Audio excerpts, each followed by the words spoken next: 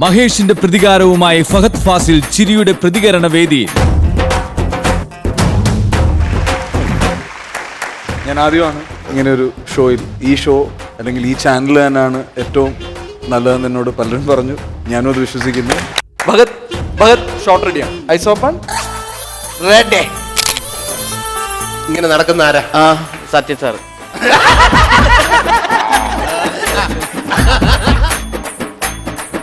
പെട്ടെന്ന് തിയേറ്ററുകളിൽ പ്രേക്ഷകർ കാണാത്ത ദൃശ്യങ്ങൾ ആദ്യമായി കോമഡി സൂപ്പർ നൈറ്റിൽ. തിയേറ്ററിൽ ഇല്ലാലും ഇവിടെ കളിക്കാൻ ഞാൻ തയ്യാറാണ്. ഓക്കേ.